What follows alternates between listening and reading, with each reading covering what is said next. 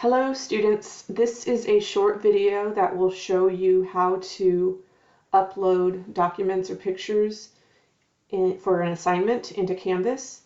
This is what we'll be using to submit all of our classwork at the various due dates. For those of you that took a quiz yesterday, some of the options are different in quiz than they are in assignment. The assignment actually gives us more options, and so don't worry about the quiz or tests. I'll never have you upload any work for a test, just for our classwork purposes. I'm in a dummy Canvas shell that I have, which is just set up for video purposes. So this is just a stripped down home page. And you can see that you'll have on your to-do list over here the assignment, or you can go to assignments and find it as well. So I just set up a sample assignment, and when you click submit, it will ask you for the file that you want. And I've set it up so it'll give you a lot more options. I put a number of different file types that you can select from.